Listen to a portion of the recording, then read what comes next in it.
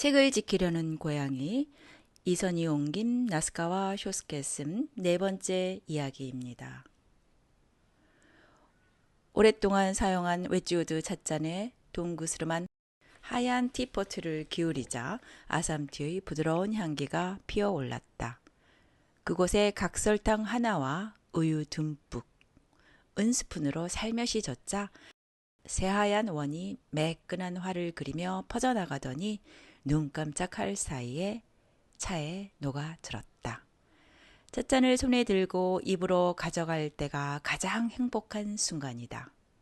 린타로는 만족스럽게 고개를 끄덕였다. 이제 제법 익숙해졌군. 홍차를 타는 일이.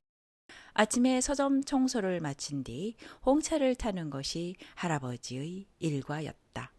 그 일과를 따라 한 지 약 일주일. 스스로 생각해도 제법 그럴듯해졌다는 생각이 들었다. 린짱! 갑자기 탄력 있는 목소리가 들려서 린타로는 문 쪽을 돌아보았다. 사람 좋아 보이는 둥근 얼굴의 여성이 문 밖의 밝은 빛을 등지고 얼굴을 내밀었다. 오늘 이사 가는 날인지 알지? 준비는 다 됐어?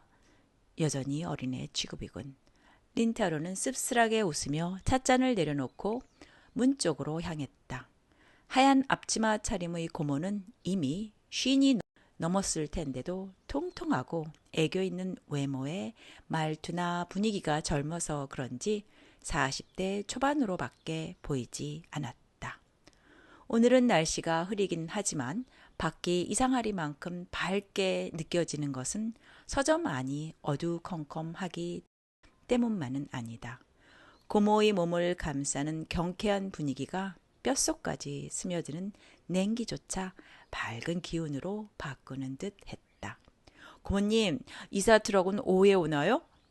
그러자 고모가 어이없는 표정을 지었다. 아이, 린짱도 참 그렇게 존댓말 안 써도 된다니까 그러네. 계속 그렇게 긴장하면 나중에 어깨가 결릴 거야. 살짝 토라지듯 말하는 목소리는 너무도 밝아서 거부감이 느껴지지 않았다. 밖을 내다보자 고모의 피아트 500이 서점 앞에 서 있었다. 이 세련된 외제차에 좁은 듯이 올라타는 고모의 모습을 보면 왠지 뱃속까지 따뜻해지고 미소가 배어 나온다. 나는 뭐 좀 사러 나갔다 올게.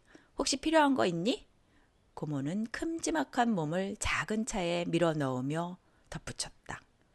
점심 먹기 전에 돌아올 텐데 점심은 사올 테니까 걱정 마. 린짱은 준비나 하고 있어. 거침없이 말하는 고모를 바라보며 린타로는 가벼운 미소와 함께 고개를 끄덕였다. 고모가 핸들을 잡더니 움직임을 멈추고 조카의 얼굴을 올려다 보았다. 왜요? 왜긴 보면 안 돼? 어린 린짱의 분위기가 달라진 것처럼 보여서 그래. 고모는 가볍게 숨을 쉬고 나서 말을 이었다. 장례식 때에는 세상 다 산 사람 같은 얼굴이었거든. 그대로 어디론가 사라질 것 같아서 얼마나 불안했는지 알아? 그런데 생각했던 것보다 겁쟁이가 아니었네. 아, 이건 칭찬이야. 알지? 린타로는 되도록 밝은 표정으로 대답했다. 괜찮아요. 전부 괜찮지는 않지만 나름대로 괜찮아요. 믿업지 못한 말에 대해 고모는 싱긋 웃더니 어머나 라고 놀라며 하늘을 올려다 보았다. 린타로도 덩달아 올려다보며 눈을 크게 떴다. 눈이 오네. 고모의 목소리에 감동이 묻어 있었다. 잿빛 구름으로 뒤덮인 하늘에서 새하얀 솜털 같은 눈이 소리도 없이 하늘하늘 내려왔다. 햇살은 없어도 하늘 전체가 눈의 하얀 빛에 감싸여 주변이 밝아졌다. 지나가는 사람들도 발길을 멈추고 환한 미소를 지으며 하늘을 올려다 보았다. 난 이렇게 큼지막하게 내리는 한방눈이 좋더라. 왠지 가슴이 두근거려. 이 나이에 소녀 같은 말을 거리낌 없이 할 수 있다니 역시 고모는 특별한 사람이다. 오늘 밤에 케이크 먹자. 기대해 린짱. 케이크요? 아이 참 오늘 크리스마스 이브잖아. 고모의 들뜬 목소리를 듣고 린타로는 적잖이 놀랐다. 할아버지가 세상을 떠난 이후 날짜가 흐르는 걸 까맣게 잊고 있었다. 주변을 두리번거리자 가로수나 상점들 앞에 여느 때와 달리 화려한 전구가 반짝였다. 집도 사람도 완전히 옷을 갈아입었는데 린타로와 나스키 서점만이 분위기도 모른 채 부르퉁하게 앉아 있는 모습이었다. 아니면 귀여운 애인가 보내기로 약속했어? 그럴 리가 없잖아요. 농담이야. 고모는 밝은 웃음을 터뜨리며 힘차게 시동을 걸더니 이따 보자 라고 말하면서 피아트를 출발시켰다. 거리에는 평소처럼 택배 오토바이가 달리고 동아리의 아침 연습에 가기 위해 일찍 집을 나서는 고등학생의 모습도 보였다. 린타로에게는 크리스마스 이브라고 해서 특별히 감상에 젖을 만한 추억은 없지만 눈에 익숙한 경치도 오늘이 마지막이라고 생각하니 무관심할 수 없었다. 하늘에서 내리는 눈조차 왠지 의미가 있는 듯해서 잠시 우두커니 서 있었다. 할아버지가 세상을 떠난 지 아직 열흘 정도밖에 되지 않았다. 별로 오래되지도 않았는데 한참 지난 것처럼 여겨지는 것은 신비한 사건들을 만났기 때문이다. 많은 기억들 속에서 린타로의 내리에 가장 깊이 남아있는 것은 마지막으로 본 얼룩 고양이의 웃음이었다. 얼룩 고양이의 아름다운 털을 마지막으로 본 것이 사흘 전, 그 후에는 이사 준비도 있어서 말 그대로 눈 깜짝할 새에 지나갔다. 그동안 얼룩 고양이가 다시 나타난 일도 없었고 나스키 서점 안쪽의 나무벽도 평소의 나무벽과 똑같았다. 사연은 꽤 신경이 쓰이는지 아침 저녁으로 서점에 들러서 홍차를 마시고 간다. 지금 읽고 있는 스당딸 이야기를 나누곤 하지만 실은 기묘한 얼룩 고양이가 마음에 걸려서 가만 있을 수 없는 것이다. 린타로도 마음에 걸리지 않는다고 하면 물론 거짓말이다. 다만 시간은 가차없이 흘러간다. 세월은 원래 그렇다는 걸 린타로도 알고 있다. 아무리 슬픈 일이나 괴로운 일이나 부조리한 일이 있어도 시간이 멈추어서 기다려주지 않는다. 인간은 그저 시간의 흐름 속에 몸을 맡기는 수밖에 없다. 그 결과 오늘을 맞이한 것이다. 린타로는 잠시 눈 오는 하늘을 올려다보다가 문득 정신을 차리고 서점 안으로 들어갔다. 그리고 티세트를 정리하려고 하다가 잠시 움직임을 멈추었다. 조금 전까지 나무벽으로 가로막혀 있던 서점 안쪽이 푸르른 빛에 감싸였다. 잠시 생각할 틈도 없이 얼룩고양이 한 마리가 그 빛을 등지고 조용히 앉아 있었다. 숨을 들이마시는 린타로의 시선 끝에서 쭉 뻗은 하얀 수염이 작게 흔들렸다. 오랜만이군 이래. 귀에 익은 나지막한 목소리를 듣고 린타로는 가볍게 웃었다. 겨우 사흘 만이거든. 그랬던가? 잘 왔어. 이렇게 말하면 될까? 빈말은 필요 없어. 얼룩고양이는 푸르른 빛을 등지고 앉아 빛색 눈을 린타로에게 향했다. 힘을 빌려줘. 얼룩고양이의 등 뒤에 있는 빛이 한층 강렬해진 것처럼 보였다. 또 내 힘이 필요해졌어. 얼룩고양이는 언제나 그렇듯이 인사나 설명도 없이 갑작스럽게 본론을 말했다. 물론 예상치 못한 재회를 반가워하는 분위기는 티끌만큼도 없었다. 다시는 못 만날 줄 알았는데. 상황이 달라졌어. 다시 미궁에 가야 해. 담담한 말투는 여전했으나 목소리의 이면에 심상치 않은 긴장감이 감돌았다. 무슨 일 있어? 네 번째 미궁이 나타났어. 네 번째? 전혀 예상치 못한 사태야. 또 내 힘이 필요하게 됐어. 얼룩고양이는 그렇게 말한 뒤 목소리를 더욱 낮추며 덧붙였다. 하지만 이번 상대는 무서워. 지금까지 상대한 자들과는 전혀 달라. 무뚝뚝하고 고압적인 태도는 여전했지만 얼룩고양이다운 날카로운 맛이 부족했다. 그것은 곧 사태가 심상치 않다는 반증이기도 했다. 상대가 그렇게 무섭다면 나한테 부탁해도 돼? 네가 아니면 안 돼. 상대가 그걸 요구하고 있어. 상대가 나를 요구했다고? 아주 골치 아픈 상대야. 이번에는 정말로 돌아오지 못할 수도 있어. 하지만 너라면 어떻게 할 수 있을 거야. 얼룩고양이의 목소리에는 기도하는 듯한 절실함이 배어 있었다. 린타로는 의외라고 생각하면서 흔쾌히 대답했다. 알았어, 갈게. 너무나 흔쾌히 대답해서 얼룩고양이의 대꾸가 늦었을 정도다. 얼룩고양이는 비치색 눈을 반짝거리면서 린타로를 똑바로 쳐다보았다. 위험하다는 말은 들었겠지? 지금까지 상대한 자와 다르다는 말도 들었어. 돌아오지 못할 수 있다는 말도 들었고. 그래서 나와 같이 가겠다는 거야? 내가 안 가면 내가 곤란하잖아. 이유는 그것만으로 충분해. 미적거리지 않는 시원한 대답에 얼룩고양이는 대낮에 귀신이라도 본 듯 표정을 지었다. 혹시 어디 아파 이래? 그렇게 말하면 화낼 거야. 하지만 은혜를 갚고 싶었어. 고맙다는 말만 하고 결국 아무것도 해준 게 없잖아. 이번 일이 은혜를 갚을 수 있는 좋은 기회야. 린테로를 물끄러미 바라보던 얼룩고양이는 이윽고 여느 때와 달리 감동한 표정을 지었다. 그렇게 말해주니 고맙군. 단 조건은 지금 당장 출발하는 거야. 린타로는 재빨리 그렇게 말한 뒤 성큼성큼 입구로 가서 문을 닫고는 재빨리 잠갔다. 이제 곧 유즈키가 지나갈 시간이거든. 이 얘기를 들으면 분명히 따라가겠다고 고집을 부릴 거야. 이렇게 위험한 일에 유즈키를 끌어들이고 싶지 않아. 하지만 얼룩고양이는 아무 말도 하지 않았다. 린타로가 되돌아보자 얼룩고양이는 여느 때와 달리 진지한 눈길로 대꾸했다. 유감스럽지만 그 점이라면 선택의 여지가 없어. 목소리에서는 감정을 읽을 수 없었고 내용은 이해하기 힘들었다. 긴장감이 감도는 침묵 속에서 린타로는 손을 멈추고 얼굴을 찡그렸다. 문 밖에서 자전거의 벨소리가 들리다 즉시 멀어져 갔다. 실내가 완벽한 정적으로 돌아오고 나서 얼룩고양이가 입을 열었다. 유즈키 사요가 끌려갔어. 지금 미궁의 맨 안쪽에 갇혀서 내가 오기를 기다리고 있지.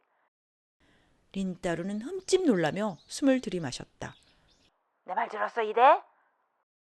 무슨 뜻인지 모르겠어. 간단한 이야기야. 유즈키 사요가 끌려갔어. 마지막 여행의 목적은 책을 구하는 게 아니야. 얼룩고양이가 린따로를 빤히 쳐다보며 덧붙였다. 네 친구를 구하는 거지. 린따로는 시선을 돌려 서점 안쪽으로 이어지는 통로를 보았다. 똑바로 이어진 통로, 끝없이 벽을 메우고 있는 서적, 그리고 전체를 비추는 희미한 푸르른 빛. 왜일까? 린따로의 온몸에 소름이 끼쳤다. 결국 학교에는 안 올 생각이지? 사요가 그렇게 말한 건 이틀 전 아침이었다. 여느 때처럼 관악부의 아침 연습에 가는 도중에 서점에 들러 계산대 책상 위에서 홍차를 타고 있는 린타로를 어이없는 얼굴로 보았다. 뭔가 대화를 나누었지만 내용은 거의 기억나지 않았다. 특별한 의미가 없는 사소한 잡담이었으리라. 책 이야기, 홍차 이야기, 그리고 잠깐 얼룩고양이 이야기. 그런데 이야기가 끝나자 사연은 관악부의 아침 연습에 가기 위해서 일어서더니 서점에서 나가기 전에 뒤를 돌아보며 말했다. 계속 밑을 향해 틀어박혀 있으면 안 돼. 노력한 만큼 대가가 따르지 않을지 모르지만 내 인생이니까. 사연은 잠시 말을 끊더니 이내 시원한 목소리로 덧붙였다. 앞을 보고 힘차게 걸어가. 현명한 반장다운 날카로운 충고였다. 그와 동시에 이사를 앞둔 친구에게 하는 격려의 말이기도 했다. 자신을 걱정해주는 사요의 말을 린타로는 신선하게 받아들였다. 사요는 린타로의 대답도 듣지 않고 가볍게 몸을 돌려 밖으로 나갔다. 린타로는 눈을 가늘게 뜨고 쏟아지는 햇살 속으로 들어가는 사요의 등을 눈부시게 바라보았다. 아침 햇살 속에서 자신을 향해 흔든 사요의 새하얀 손이 눈꺼풀 안쪽에 새겨져 있었다. 참 이상하군. 거대한 책장이 길게 늘어선 복도를 걸으면서 린타로는 혼잣말처럼 중얼거렸다. 누군가가 이렇게 진심으로 걱정되는 건 처음이야. 앞에서 걸어가는 얼룩고양이는 힐끗 돌아보았을 뿐 대꾸를 하지 않았다. 책으로 뒤덮인 익숙한 복도는 여느 때와 달리 몹시 길었다. 길게 느껴지는 것인지 실제로 긴 것인지는 분명하지 않지만 아득한 저편에서 책장과 램프가 늘어서 있었다. 왜 유즈키를 데려갔지? 내게 볼 일이 있다면 처음부터 나를 데려가면 되잖아. 이유는 나도 몰라. 내가 직접 물어보는 수밖에 없지. 하지만 상대는 너를 움직이는 열쇠가 그 소녀라고 판단했겠지. 얼룩고양이의 대답은 고뇌에 가득 차 있었다. 어렵게 말하는군. 얼룩고양이는 앞장서서 걸으며 뒤는 돌아보지 않고 대꾸했다. 어렵지 않아. 그 소녀는 항상 내 걱정을 했어. 할아버지를 잃고 서점에 틀어박혀 있는 어두운 성격의 반 친구를 진심으로 걱정했지. 유즈키는 책임감이 강한 반장이니까 더구나 같은 동네에 살기도 하고. 얼룩고양이의 낮은 목소리가 린타로의 말을 가로막았다. 참고가 될지 안 될지는 모르지만 한 가지만 가르쳐 줄게. 맨 처음에 그 소녀가 나스키 서점에 왔을 때 내가 말했지? 특수한 조건을 갖춘 사람이 아니면 내 모습이 보일 리 없다고. 그 조건은 초능력 같은 게 아니야. 얼룩고양이가 발길을 멈추고 린타로를 돌아보았다. 남을 배려하는 마음을 가진 자라는 조건이지. 신비한 말이 린타로의 가슴 속으로 스며들었다. 남을 배려하는 마음이란 건 달콤한 목소리로 싸구려 동정의 말을 늘어놓는 게 아니야. 남을 배려하는 마음을 가진 자란 조건이지. 고민하는 사람과 같이 고민하고 괴로워하는 사람과 같이 괴로워하며 때로는 같이 걸어가는 태도를 말하는 거지. 린타로는 다시 걸음을 내디딘 얼룩고양이의 뒤를 황급히 따라갔다. 그건 특별한 능력이 아니야. 태어날 때부터 누구나 가지고 있는 중요한 심성이지. 하지만 급하고 답답하게 살아가는 사이에 많은 사람들이 그런 마음을 잃어버렸지. 너처럼 말이야. 그 말을 듣고 린타로는 숨을 들이마셨다. 숨막히는 일상 속에서 누구나 자신의 문제만으로 벅차서 남을 배려하는 마음은 잃어버리고 있어. 마음을 잃어버린 사람은 남의 고통을 느끼지 못해. 거짓말을 하고 남을 상처 입히며 약한 자를 발판 삼아도 아무것도 느끼지 못하지. 이 세상에는 그런 자들이 너무 많아졌어. 무거운 말이 울려 퍼지는 가운데 복도의 분위기가 조금씩 달라졌다. 양쪽 벽을 가득 메운 평범한 나무 책장은 어느새 역사가 느껴지는 떡갈나무에 상감이 박힌 화려한 책장으로 바뀌고 통로 자체도 조금씩 넓어져서 지금은 대여섯 명이 나란히 걸을 수 있을 만큼 널따란 회랑이 되었다. 머리 위에 켜어 있던 램프가 모습을 감추고 천장도 높아졌지만 책장 앞에 점점이 놓여 있던 촛불이 공간 전체를 밝게 비추었다. 거대한 복도 한가운데를 한 마리와 한 사람이 말없이 걸어갔다. 하지만 이런 끔찍한 세계에서도 가끔 그 소녀처럼 귀한 심성의 주인을 만나기도 하지. 우리는 그런 심성을 가진 사람의 눈을 속일 수 없어. 즉, 얼룩고양이가 어깨 너머로 린타로를 돌아보았다. 그 소녀는 책임감이나 의무감이 아니라 진심으로 너를 걱정하고 있는 거라고. 얼룩고양이의 말이 끝나자마자 바람도 불지 않았는데 촛불이 살짝 흔들렸다. 린타로의 머릿속에 사요의 모습이 선명하게 되살아났다. 알림장을 가져다 주기 위해 몇 번이고 나스키 서점을 찾아온 사요. 그때 광경이 갑자기 커다란 의미를 가지고 린타로의 가슴에 스며들었다. 내가 지금 그 소녀를 진심으로 걱정한다면 너도 잃어버린 마음을 되찾고 있다는 거야. 자신만 생각하는 게 아니라 누군가를 배려하는 마음을 말이야. 누군가를 배려하는 마음? 너처럼 나약한 자에게는 지나칠 만큼 좋은 친구지. 얼룩고양의 목소리는 여전히 담담했으나 어렴풋이 따뜻함이 느껴졌다. 린타로는 높은 천장을 올려다 보았다. 아득한 머리 위에서 아치 모양의 천장이 완만한 커브를 그리고 있고 넓은 공간은 오랜 세월을 견뎌낸 낡은 예배당 같은 아름다움과 정적이 가득 차 있었다. 아는 것 같아도 눈에 보이지 않는 게 꽤 많구나. 그걸 깨달은 걸 보니 그동안 많이 성장했군. 조금 용기가 생겼어. 조금만으론 곤란해. 마지막 적은 정말로 무섭거든. 얼룩고양이의 말이 끝나기 전에 앞쪽에 거대한 나무 문이 보였다.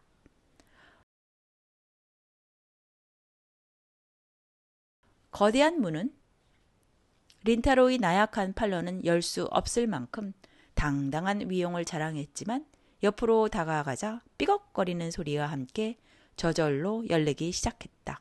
문이 양쪽으로 천천히 열린 순간 광대한 초록의 정원이 눈에 들어왔다. 쏟아지는 투명한 햇살 밑에 울창한 나무들이 보이고 군데군데 하얀 분수가 하늘을 향해 솟아오르고 있었다. 분수 옆에는 천사 조각이 장식되어 있고 꼼꼼히 손질된 나무 울타리와 기하학적으로 배치된 포석의 조화가 아름답기 이를 데 없었다. 린타로와 얼룩고양이는 그것을 내려다보는 높은 전망대의 커다란 주차장 같은 곳에 서 있었다. 머리 위에는 하얀 지붕이 하늘을 이고 있고 양쪽에는 완만한 커브를 그리며 돌바닥으로 된 차로가 이어져 있었다. 마치 중세의 거대한 서양식 저택 같은 광경이었다. 손질이 잘 돼 있군. 얼룩고양이가 중얼거린 순간 또각또각하고 경쾌한 소리가 들렸다.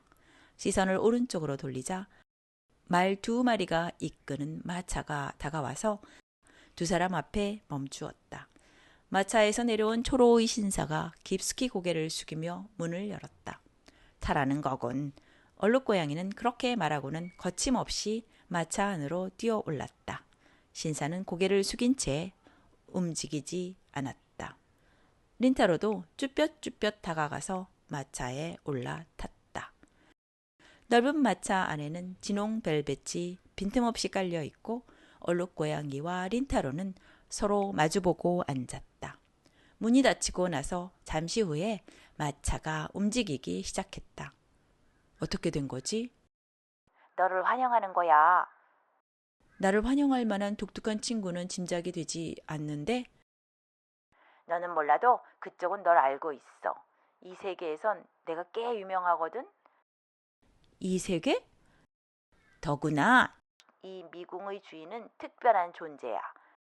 실제로 이렇게 거대한 힘을 가지고 있지. 그럼 일단 눈물을 흘리며 감동하면 되는 거야? 소중한 친구를 납치하면서까지 초대해줘서 고맙다고? 얼룩고양이가 빙긋이 웃었다. 저건 마음가짐이야. 부조리에 가득 찬 세계에서 살아갈 때 가장 좋은 무기는 논리와 완력이 아니지. 그래 유머야. 린타로가 그렇게 대답했을 때 마차가 가볍게 한번 흔들거리더니 속도를 올리기 시작했다. 큰 길로 나온 것이다. 창밖을 바라보자 광대한 정원이 뒤쪽으로 흘러갔다. 햇살과 바람, 분수의 물방울과 풍부한 자연, 기분 좋은 풍경이지만 어딘가 모르게 자연스럽지 않았다. 다음 순간 린타로는 깨달았다. 여기에는 생물의 기척이 없다. 사람만이 아니다. 새도, 나비도, 토끼도, 다람쥐도 세계를 지탱하는 생명의 존재가 조금도 느껴지지 않았다. 아무리 겉을 아름답게 꾸며도 정상적인 세계는 아니었다. 더 깊게 생각할 틈도 없이 얼룩고양이가 불쑥 말했다. 이번이 너와 마지막 만남이 될 거야. 린타로가 시선을 마차 안으로 돌렸다. 예전에도 비슷한 말을 들었던 것 같은데 걱정할 필요 없어. 이번에는 정말 마지막이니까. 고풍스러운 좌석 위에서 얼룩고양이는 비지색 눈으로 린타로를 빤히 쳐다보았다. 그렇다면 네게 물어보고 싶은 게 많아. 얼룩고양이는 대답을 하지 않고 털끝 하나 움직이지 않은 채 계속 린타로를 바라보았다. 린타로는 한 박자 두고 나서 씁쓸하게 웃었다. 하지만 무엇부터 물어봐야 좋을지 모르겠어. 그래도 얼룩고양이는 미동조차 하지 않았다. 밝은 햇살을 받았던 얼룩고양이의 옆얼굴이 꼭두선이 빛으로 물들기 시작했다. 생각할 시간도 없이 창밖은 급속히 석양에서 어둠으로 바뀌고 작은 마차도 어둠 속으로 가라앉았다. 어느새 하늘에는 별빛이 반짝이기 시작했다. 얼룩고양이가 말했다. 책에는 마음이 있지. 별빛을 받고 얼룩고양이의 눈동자가 아름답게 빛났다. 책은 존재하는 것만으론 단순히 종이 조각에 불과해. 위대한 힘을 갖추고 있는 걸작도 장대한 이야기를 만들어내는 대작도 펼치지 않으면 하찮은 종이 조각일 뿐이지. 하지만 자신의 생각을 담아 소중하게 간직한 책에는 마음이 깃들게 되는 법이야. 마음? 고양이가 힘을 주어 대답했다. 그래. 요즘은 책을 접할 기회도 줄고 생각을 담을 일도 드물어졌어. 그 결과 책의 마음도 점점 잃어버리고 있지.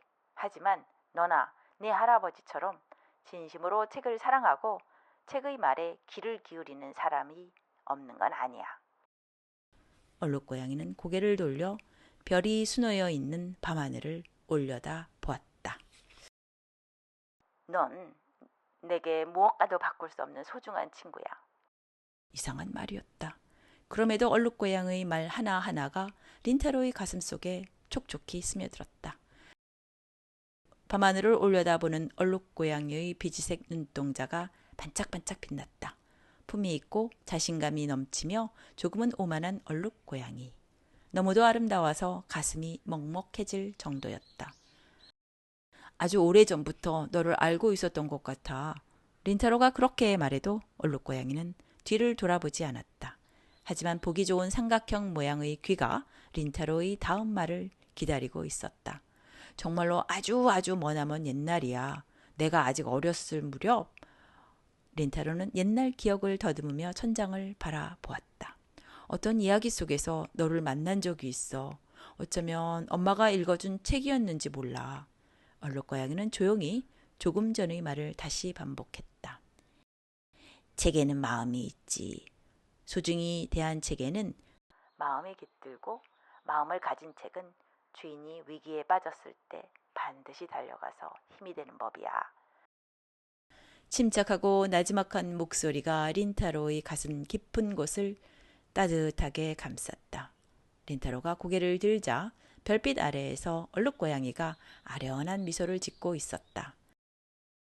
내가 말했잖아. 넌 혼자가 아니라고. 별들이 빼곡히 수놓인 하늘 밑에서 린타로와 얼룩고양이를 태운 마차는 가벼운 진동과 함께 달려갔다. 마차가 앞으로 나아감에 따라서 마차의 창틀 안에 있는 별빛이 소리도 없이 뒤로 이동했다. 별의 푸른 빛을 받는 순간 얼룩고양이는 갑자기 미소를 지우고 눈에서 예리한 빛을 내뿜었다.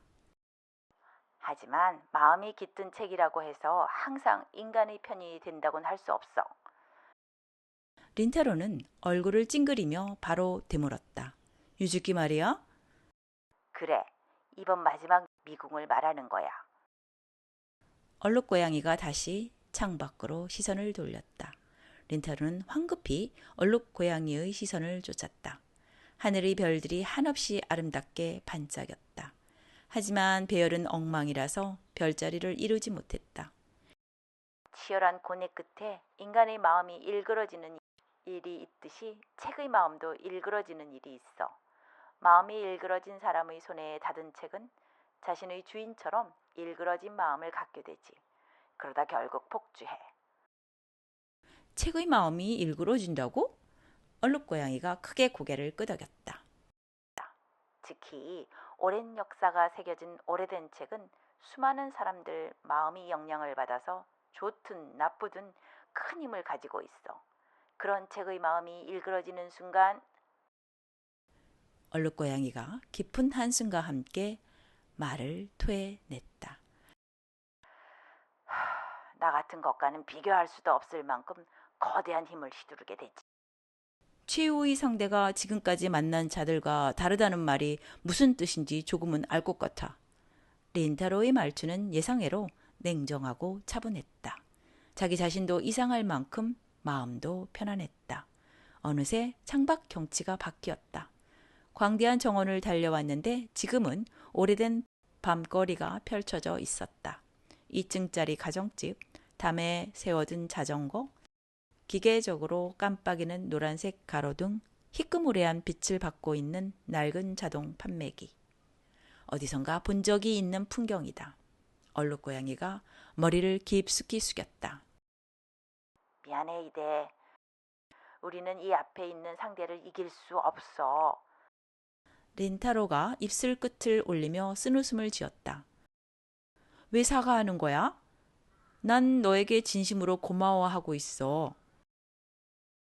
내가 한 건 결국 아무것도 없어. 넌 여기까지 네 발로 직접 걸어왔지. 하지만 린타로가 거기까지 말했을 때 마차의 진동이 약해지면서 속도가 줄어드는 기척이 느껴졌다. 그래도 나는 소중한 것을 많이 깨달을 수 있었어. 마차가 크게 한번 흔들리다 멈추었다. 잠시 후 문이 열렸다. 그와 동시에 등줄기가 서늘해질 만큼 차가운 바람이 흘러들었다.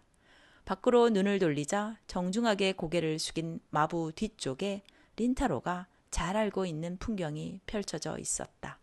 린타로는 당황하지 않고 천천히 마차에서 내렸다. 뒤를 돌아보자 얼룩고양이는 마차 안의 어둠 속에서 움직이지 않고 빛이색 눈으로 조용히 린타로를 바라볼 따름이었다. 같이 안 가? 난 필요 없어. 넌 이미 혼자 걸어갈 수 있으니까. 얼룩고양이는 품위 있게 미소를 지었다. 다녀와, 나스키 린짜로. 이름을 불러준 건 처음 아니야? 널 인정한 거야. 일그러진 마음은 강해. 하지만 얼룩고양이는 잠시 입을 다물었다가 즉시 말을 토해냈다. 너는 더 강해. 강력한 말이었다. 린타로를 잘 아는 친구가 아니면 할 수 없는 확실한 격려이기도 했다. 고개를 끄덕인 린타로의 등줄기에 식은땀이 흘러내렸다. 불쾌한 감각을 동반한 냉기가 등 뒤에서 밀려왔다. 그래도 린타로는 도망치고 싶지 않았다. 그리고 도망쳐선 안 된다는 것도 알고 있었다. 또 만날 수 있어? 그런 말 하지 마. 이별의 대사치고 너무 진부하니까. 얼룩고양이다운 단호한 대답이었다. 그럼 안녕, 용감한 친구. 담백한 그 한마디가 작별의 인사였다. 조용히 고개를 숙인 얼룩고양이를 향해 린타로도 역시 마음을 담아 고개를 숙였다. 잠시 후 린타로는 마차에 등을 돌리고 걸음을 내디뎠다. 눈앞에는 좁은 길이 있고 길 건너편에는 오래된 노란색 가로등과 함께 작은 가정집이 웅크리고 있었다. 자세히 쳐다보자 가정집의 격자문에 나스키 서점이라는 나무 팻말이 조촐하게 걸려 있었다. 모든 것이 잘 어울리는 멋진 풍경이었다. 하지만 아무리 잘 어울리는 풍경이라고 해도 만든 것은 만든 것이다. 린타로는 마음을 다잡으며 걸음을 내디뎠다. 밤하늘에는 달이 없고 땅에는 풀과 나무가 없으며 옆집 창문에는 불빛이 없었다. 이렇게까지 사람을 안절부절 못하게 만드는 풍경도 드물지 않을까? 린타로는 긴장감이 넘치는 차가운 공기 속으로 똑바로 걸어가 이윽고 나스키 서점의 돌 계단 앞에 도착했다. 눈에 익은 격자문 너머에서 유일하게 불이 켜진 곳이 있었다. 그때 낯익은 목소리가 들렸다. 들어오세요. 침착한 여성의 목소리였다. 그와 동시에 소리도 없이 문이 열리기 시작했다. 어서 와요. 나스키 린타로군. 억양 없는 목소리가 울려 퍼졌다. 린타로는 나스키 서점 안으로 들어갔다. 린타로에게는 눈을 감고도 어디가 어딘지 알 수 있는 곳이다. 하지만 내부의 모습은 많이 달랐다. 양쪽 벽을 가득 메운 거대한 책장에는 책이 한 권도 보이지 않았다. 책장이 횡하니 비어있는 탓에 서점 안이 기이하리만큼 넓어 보였다. 한가운데에는 훌륭한 소파 세트가 놓여 있었다. 이것도 서점에는 없었던 것이다. 안쪽 입구를 향해 놓여 있는 소파에서 사람의 그림자가 보였다. 린타로가 살짝 당황한 것은 소파에 앉은 사람이 초로의 야윈 여성이기 때문이었다. 여성은 소복한 검은색 예복을 입고 커다란 소파에 작은 몸을 묻은 채 느긋하게 발을 꼬고 있었다. 길고 하얀 손을 무릎 위에 올리고 말없이 린타로를 올려다보는 모습에서는 너무나 무력하고 무방비하면서도 쉽게 다가가기 힘든 분위기가 느껴졌다. 마치 회색 공기 같다고나 할까? 여성은 거의 몸을 움직이지 않고 얇은 입술만 움직여서 말했다. 얼룩 고양이 시종은 어떻게 했지? 마지막엔 혼자 가라고 했습니다. 냉정한 동력은 아니면 여성은 오른손 손가락을 하얀 뺨에 갖다 대면서 덧붙였다. 나를 무시한 건가? 그 말을 들은 순간 린타로의 등줄기가 오싹해졌다. 감정을 읽을 수 없는 어두운 눈동자가 조용히 린타로를 바라보았다. 눈에 보이지 않는 무수한 거미줄이 뻗어와 서서히 몸을 조이는 듯한 압박감을 느끼고 린타로는 자기도 모르게 한 걸음 물러섰다. 분명히 지금까지 만난 상대와는 완전히 다르다. 지금까지 만난 세 사람은 각각 기이하기는 해도 마음이라고 할 만한 것을 느낄 수 있었다. 책에 대한 각자의 생각이라고 할까? 그 생각이 대화의 실마리도 되고 출구도 되었다. 그런데 눈앞의 여성에게서 나오는 것은 오직 강철벽처럼 차갑고 단단한 빛이었다. 그곳에는 손잡이도 없고 문도 없다. 바닥을 알 수 없는 차가움만 밑바닥에 가라앉아 있을 뿐이다. 예전의 린타로라면 이 시점에서 일찌감치 백기를 들고 도망쳤을지도 모른다. 서서히 핏기가 사라지는 불안함과 당황스러움에 휩싸이면서 무심코 발길을 쳐다보았지만 파트너인 얼룩고양이는 보이지 않았다. 도망칠 이유라면 지금 당장이라도 10가지, 아니 20가지라도 늘어놓을 수 있다. 하지만 린타로는 희미하게 떨리는 무릎에 힘을 주었다. 여기에 온 목적이 있다. 지금까지처럼 단순한 흐름에 몸을 맡긴 것이 아니다. 여성이 무릎 위에서 가볍게 두 손을 펼쳤다. 나스키 서점에 온 걸 환영해. 내 연출이 마음에 들었는지 모르겠군. 멋진 여행이었지? 유스키를 데려가겠습니다. 여성이 눈을 가늘게 떴다. 대답이 돌아오지 않자 린타로는 다시 똑같은 말을 반복했다. 유즈키를 데려가겠습니다. 여성은 표정도 바꾸지 않고 나지막하게 한숨을 쉬었다. 생각보다 머리가 둔하군. 뻔히 아는 사실을 독창성이라곤 한 조각도 찾아볼 수 없이 말하다니. 머리가 둔한 사람 중에는 착한 사람이 있다. 하지만 정말로 머리가 좋은 사람 중에는 착한 사람이 거의 없다. 존 스타인백의 말이지. 일부러 인용할 만큼 심오한 말은 아니야. 아니요, 예리한 말입니다. 당신은 머리가 아주 좋은 것 같으니까요. 여성은 한순간 움직임을 멈추더니 이윽고 감정이 없는 눈동자를 린타로에게 향했다. 방금 한 말 취소하지. 멋진 유머의 소유자군. 여기까지 초대한 보람이 있었던 것 같네. 의도도 목적도 아직 모르지만 일단 고맙다고 인사하면 될까요? 소문으로 들었던 것보다 성질이 급하군. 얌전한 아이라고 들었는데. 정확한 지적이라고 린타로는 생각했다. 마음속에는 공포가 자리하고 있었지만 머릿속은 이상할 정도로 맑았다. 즉 분노가 불타오르고 있었던 것이다. 다시 한번 말씀드리지요. 유주기를 돌려주세요. 제게 어떤 볼일이 있는지는 모르겠지만 그 애는 저와 관계가 없습니다. 용건은 간단해. 난 그저 너와 대화를 나누고 싶은 것뿐이야. 생각지도 못한 대답에 린타로는 한순간 숨을 들이마셨다. 저와 대화를 나누고 싶었다면 저만 부르면 되지 않습니까? 유즈키를 납치한 건 심각한 문제입니다.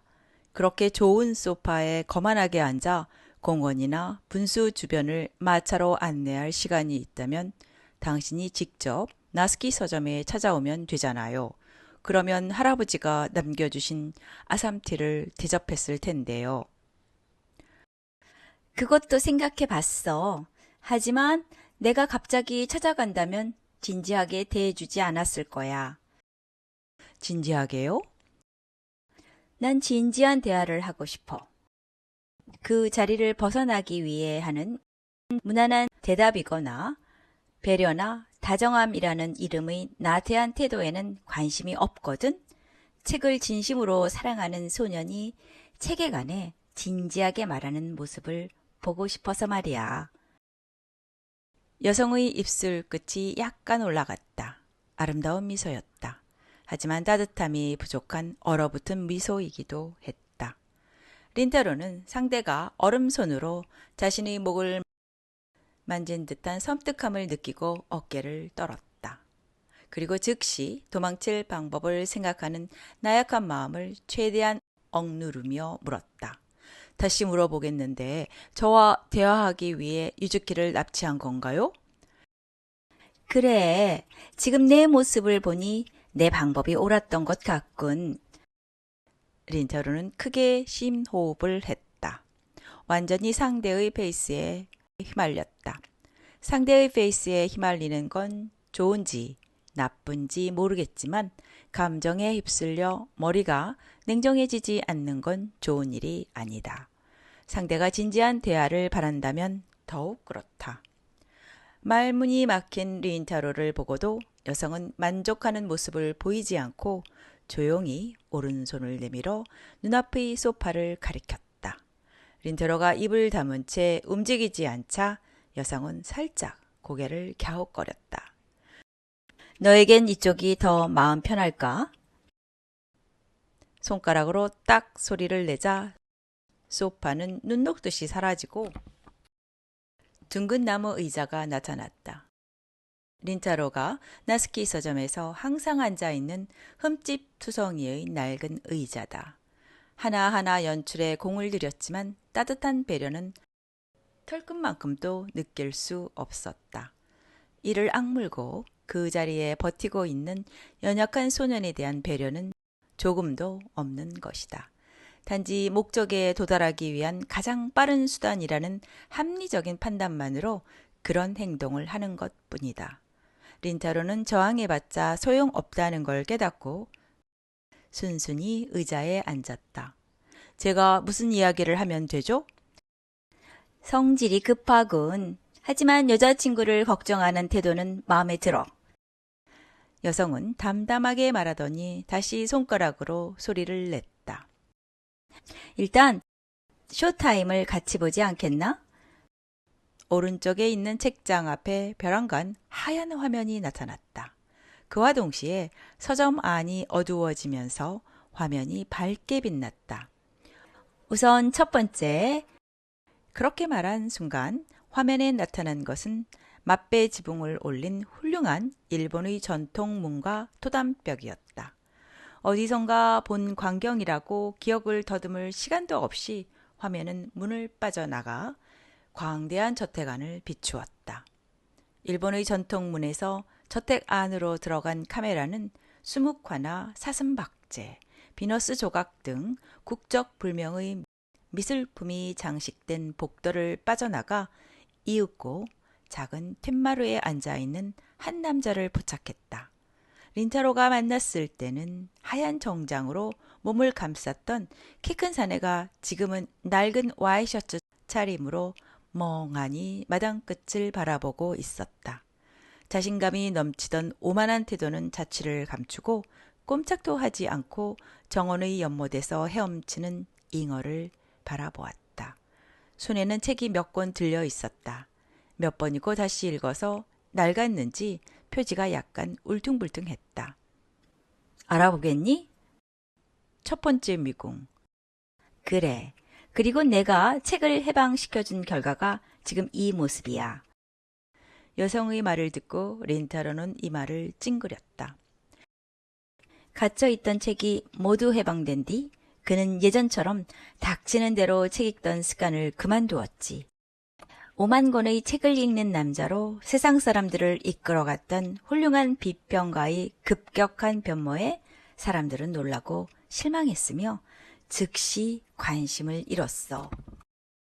그가 지금껏 쌓아 올린 지위는 나중에 나타난 6만 권을 읽는 남자에게 빼앗기고 지금은 완전히 그늘에 사는 사람으로 전락해 버렸지.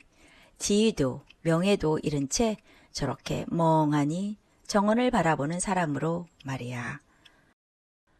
대꾸할 말을 잃어버린 린타로를 여성은 감정 없는 얼굴로 바라보았다. 여성이 왼쪽을 가리키자 맞은편 책장 앞에 새로운 화면이 나타났다. 다음을 보겠나?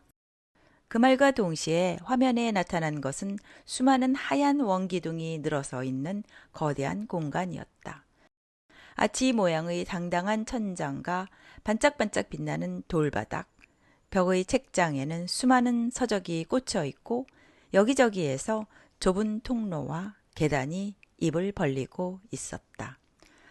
말할 것도 없이 두 번째 미궁이다. 하지만 하얀 옷을 입은 사람들이 책을 잔뜩 껴안고 바쁘게 오갔던 회랑은 쥐죽은 듯 조용하고 한산했다. 뿐만 아니라 여기저기에 책과 서류가 흩어져 있고 황폐한 기척이 짙게 떠다녔다.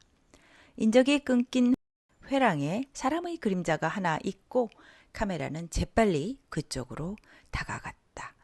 거대한 책장 옆 테이블 앞에 하얀 옷을 입은 뚱뚱한 학자가 앉아 있었다. 린타로가 갔을 때는 지하의 소장실에서 생생한 표정으로 연구에 몰두했던 중년의 학자가 지금은 영원히 빠져나간 사람처럼 회랑 구석에 주저앉아 있었다. 학자는 수염을 덥수룩하게 기른 채 손에 있는 작은 책을 물끄러미 바라보았다. 시대에 맞는 신속한 독서법을 잇따라 만들어냈던 천재학자는 연구를 내던지고 그로 인해 한 권을 읽는데 많은 시간을 허비하게 되었지. 하루에 10권을 읽었던 천재가 한 권을 읽는데 한 달이 걸리는 평범한 사람으로 전락한 거야. 한 세대를 풍미했던 학자의 책은 그 즉시 판매가 멈추었고 끊이지 않았던 강연 의뢰도 자취를 감추었지. 하고 싶은 말이 뭐죠? 이상과 현실의 차이에 대해서 하지만 아직 안 끝났어. 여성의 손이 천장을 향했다. 그곳에 세 번째 화면이 나타나더니 거대한 초고층 빌딩을 보여주었다. 말할 필요도 없이 세 번째 미궁이다. 거대한 회색 빌딩 안으로 들어간 카메라는 다시 안을 빠져나가 삼면이 유리창으로 되어 있는 눈에 익은 사장실을 보여주었다. 하지만 린타로가 갔을 때와는 몰라보게 달라졌다. 화려한 샹들리에는 없어지고 새빨간 커튼도 보이지 않았으며 소파 세트도 자취를 감추는 등 상당히 간소해졌다.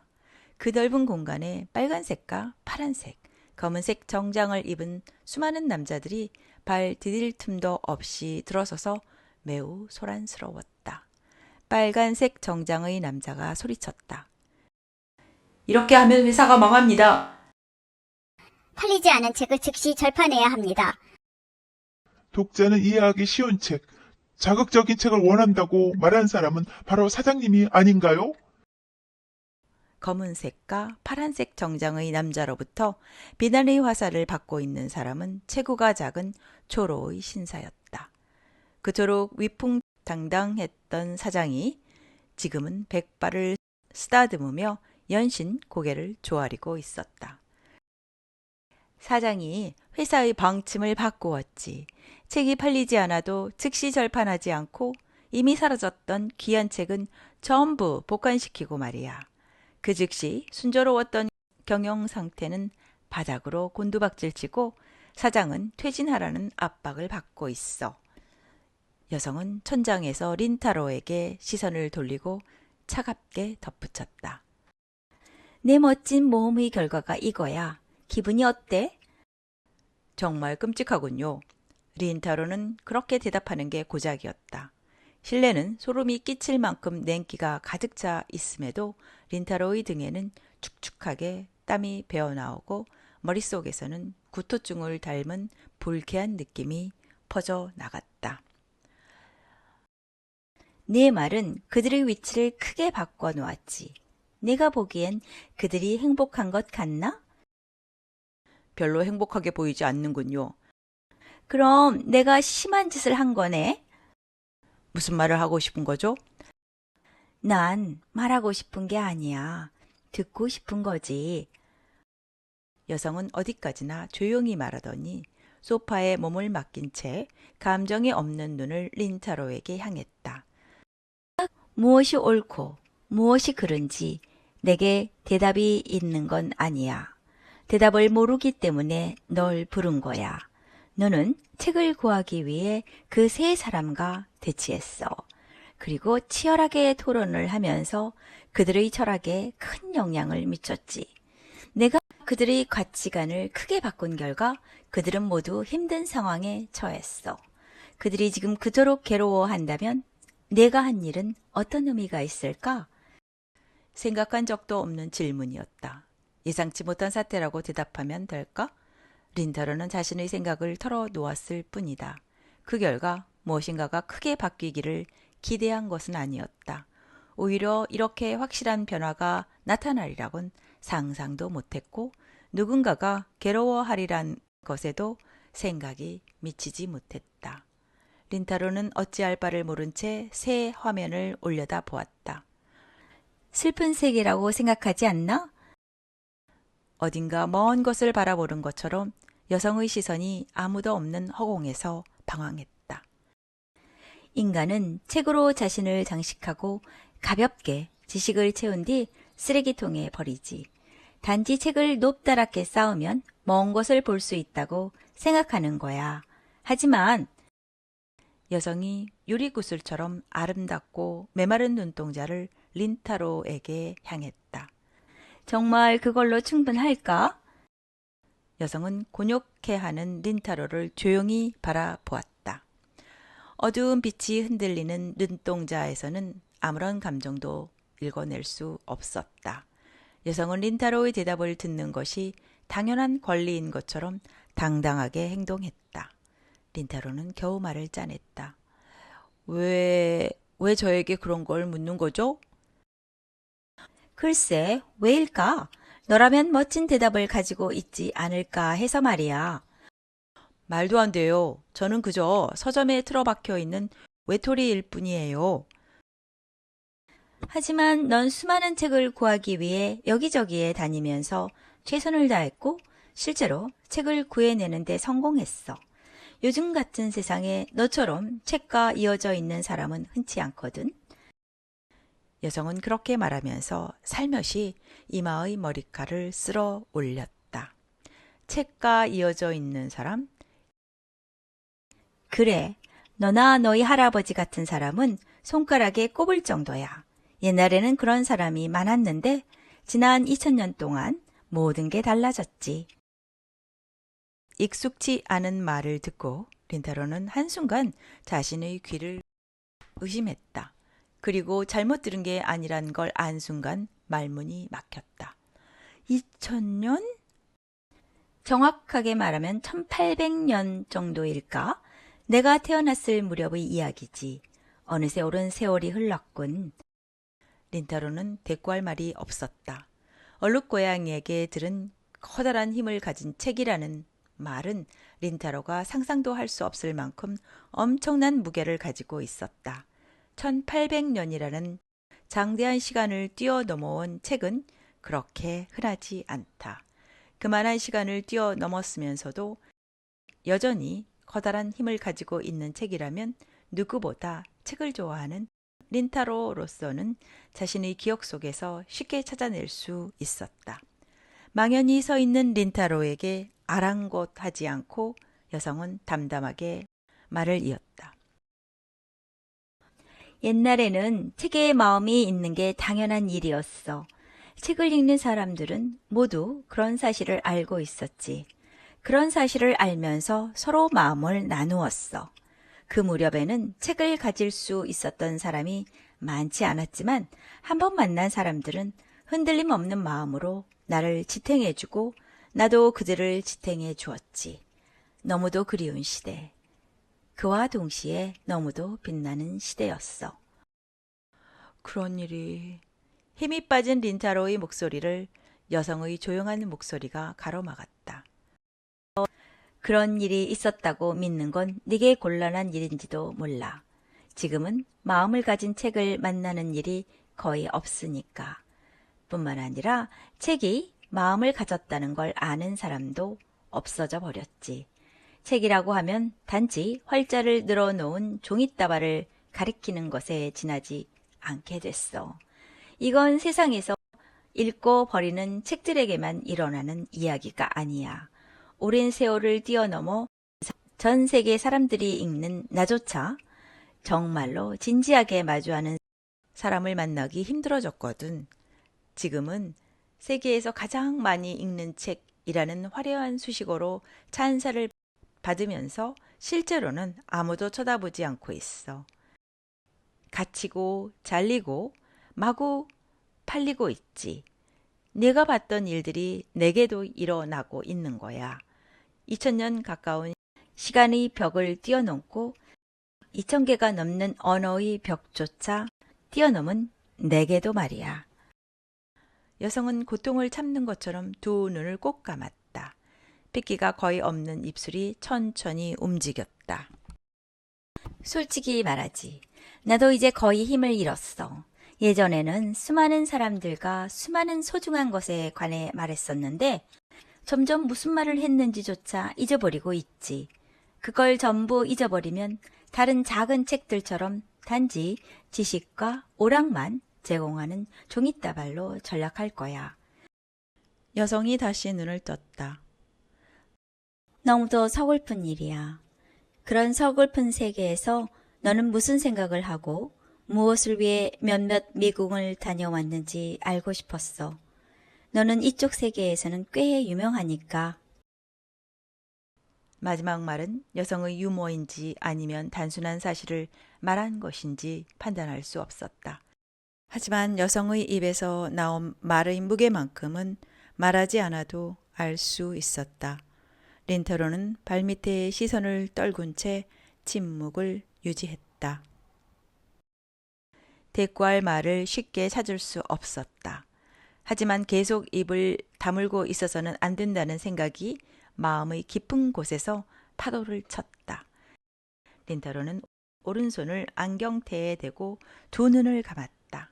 그러자 평소에 익숙했던 둥근 의자의 안락함이 되살아나고 그와 동시에 나스키 서점에 있는 듯한 안정감이 되돌아왔다.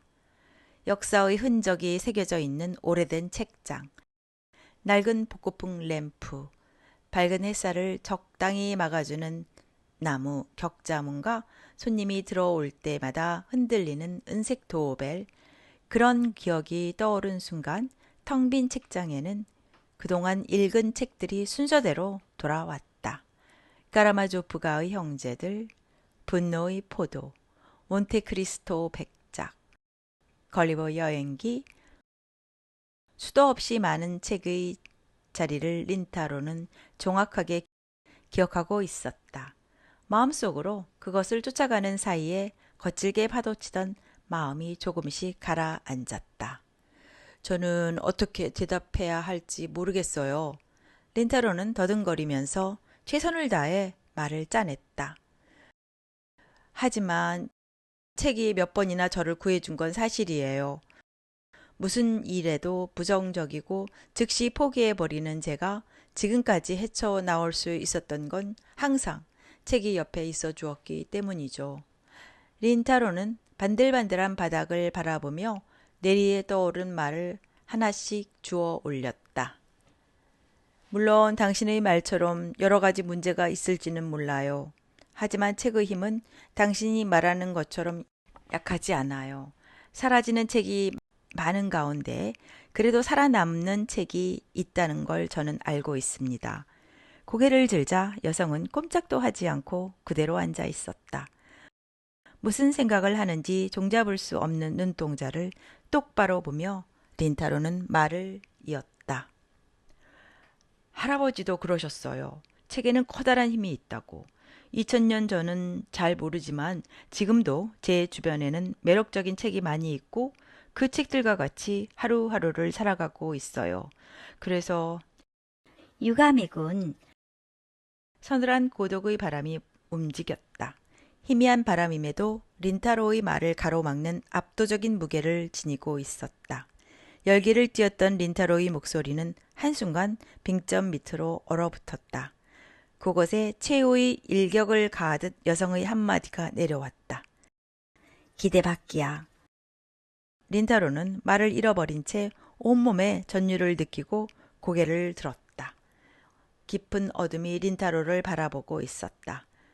두 개의 조용한 눈동자 안쪽에 기이한 어둠이 펼쳐졌다. 비애인지 절망인지 모르지만 어쨌든 린타로 같은 일개 고등학생은 도저히 대항할 수 없는 어둠이자 바닥 없는 늪지처럼 모든 것을 집어삼키는 어두운 감정이었다. 다시 깊은 달관에 감싸인 목소리가 들렸다. 생각만으론 아무것도 달라지지 않아. 유치한 이상론이나 뜨끔미지근한 낙관론이라면 지겹도록 들었어.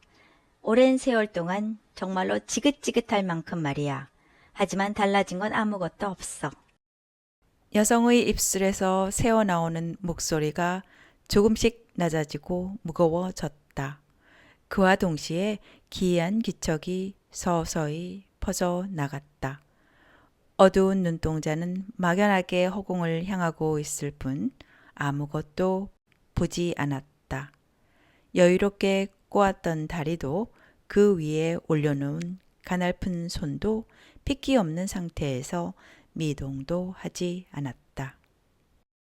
마치 입술만 움직이는 귀한 납 인형이 소파에 기대어 있는 것 같았다.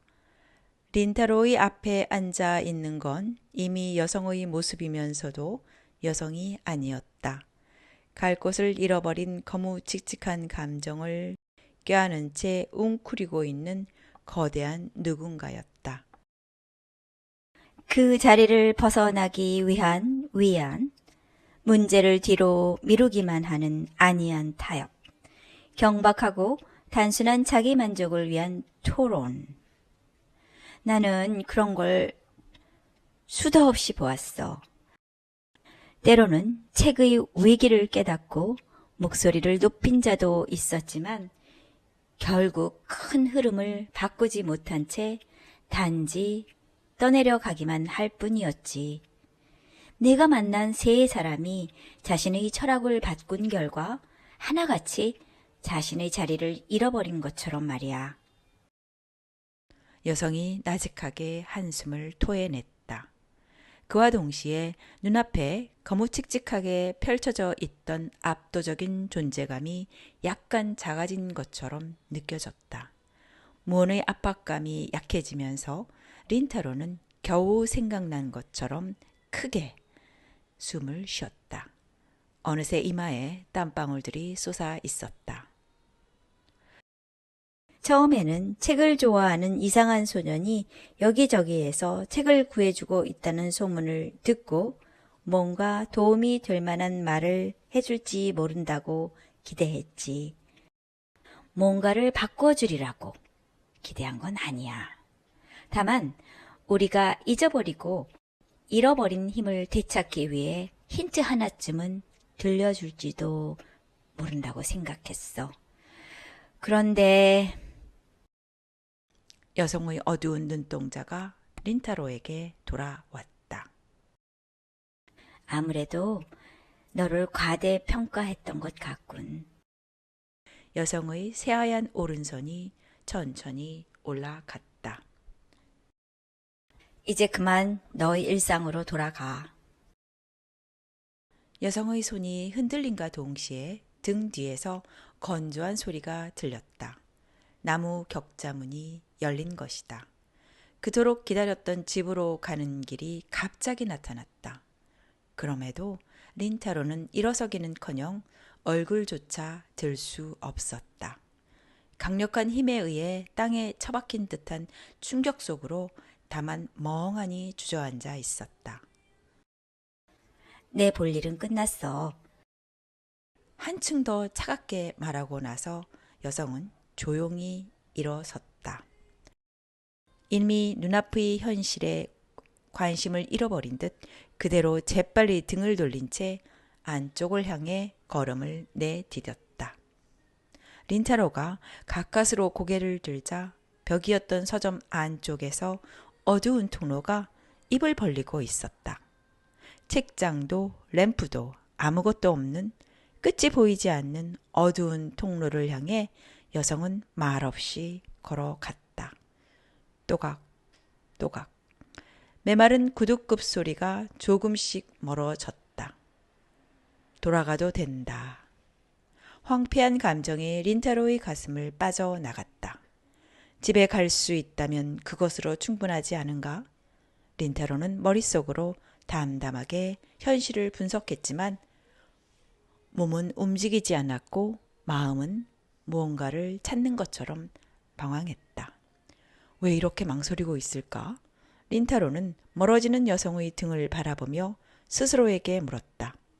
혼신을 다한 이야기는 일축당하고 굳은 신념은 비웃음을 샀으며 불면 부서질 듯한 자존심은 날아갔지만 그렇다고 새로운 상처가 있었던 것도 아니다. 이대로 힘없이 어깨를 떨군 채 사라져서 다시 초라한 삶을 이어가면 된다. 현실인지 환상인지 알 수 없는 책의 미궁에서 일어난 사건 때문에 고민할 필요도 없다. 고등학생인 자신이 할 수 있는 일이라고 해봤자 뻔하다. 음침하고 어두운 책벌레 소년이 이상한 나라에 왔다고 해서 느닷없이 완벽한 영웅이 되는 것은 아니다. 어디에 가든 자신은 순전히 은둔형 외톨이이다. 그저 골치 아픈 일을 몇 번 해결해서 잘했다고 칭찬받으면 좋을 정도다. 모든 것을 아는 채 하는 얼굴과 몸에 스며든 달관이 기분 좋게 변명을 앞세우고 소름 끼친 마음의 깊은 곳을 절묘하게 다독였다. 지금까지 이런 식으로 살아왔다. 그것이면 충분하다. 그것이면 되지 않은가? 그것이면. 아니야. 린타로는 혼잣말처럼 중얼거렸다. 스스로도 이상할 정도로 가슴속에서 말이 흘러 넘쳤다. 다음 순간 잊고 있었던 소중한 것이 마음 깊은 곳에서 반짝거렸다. 여기 온 가장 큰 이유. 바닷속에 가라앉았던 소중한 보물 상자를 건져 올린 듯한 충격을 받고 린타로는 정신을 차렸다. 유즈키는? 반사적으로 고개를 든 순간 린타로는 등줄기가 서늘함을 느끼고 몸을 떨었다. 앞쪽에 펼쳐진 어두운 통로에는 이미 여성의 모습이 보이지 않았다. 그래도 어렴풋이 들리는 구둣급 소리에 이끌려 황급히 일어섰다. 잠깐만요! 힘껏 외친 목소리가 통로 안쪽으로 빨려 들어갔다. 뿐만 아니라 어렴풋한 굽소리까지 멀어졌다. 유즈키는 어디 있어요? 유즈키를 돌려주세요! 목청껏 소리쳤지만 린타로의 목소리는 허무하게 울려 퍼졌다. 아무런 대답 없이 모든 것을 펼쳐내는 듯한 메마른 구둣급 소리만이 가까스로 들렸다. 린타로는 망연한 얼굴로 등 뒤의 문을 돌아보았다. 격자문은 여기가 출구라는 듯 활짝 열려 있었다. 그곳으로 나가면 익숙한 일상이 기다리고 있으리라. 평범하고 우울하며 답답하긴 하지만 특별한 용기도 긍지도 필요 없는 뜨끈미지근한 일상. 마음 편한 서점 안에서 앉아있는 자신이 떠올랐지만 그래도 린타로의 발은 움직이지 않았다. 이번에는 다시 돌아가기만 하면 되는 단순한 것이 아니었다. 여기에 온 목적을 아직 잊어버리지는 않았다. 린타로는 주먹을 쥐고 눈을 감았다. 그리고 다시 눈을 떴을 때는 몸을 돌려서 안쪽의 캄캄한 통로를 향해 걸음을 내디뎠다. 통로로 들어가자마자 사방은 온통 검은색으로 감싸여서 아무것도 보이지 않았다. 발밑조차 보이지 않아서 뛰어갈 수도 없었지만 바닥의 단단한 감촉과 가까스로 들리는 규칙적인 구두굽 소리를 믿고 앞으로 나아갔다. 식은땀이 등을 타고 흘러내렸다. 뒤를 돌아보지 않은 건 망설임이 없기 때문이 아니라 출구가 보이지 않았을 때 냉정하게 있을 자신이 없기 때문이었다. 마음 깊은 안쪽에서 공포와 후회와 조바심과 자기 혐오 같은 부정적인 감정이 불불 끓어올라 지금이라도 흘러넘칠 것 같았다. 한번 끓어오르면 손쓸 도리가 없으므로 린타로는 조금이라도 마음을 안정시키기 위해 다른 생각을 했다. 학교 생활, 이사 준비, 호탕한 고모, 온화한 할아버지의 옆 얼굴과 책장에 꽂힌 수많은 책, 그리고 얼룩 고양이의 냉소적인 미소, 친구들의 쾌활한 웃음. 린타로는 앞쪽으로 눈을 고정하고 계속 걸었다. 여성의 등은 보이지 않았다. 하지만 구두굽 소리는 똑똑히 들렸다. 적어도 멀어지지는 않았다. 불안했던 마음이 조금씩 가라앉았다. 멈칫거렸던 발걸음에 서서히 힘이 들어가기 시작했다. 계속 걸으면서 린타로는 누구에게랄 것도 없이 말했다. 책에 대해 생각했어요. 어두운 통로에 린타로의 목소리가 메아리 쳤다.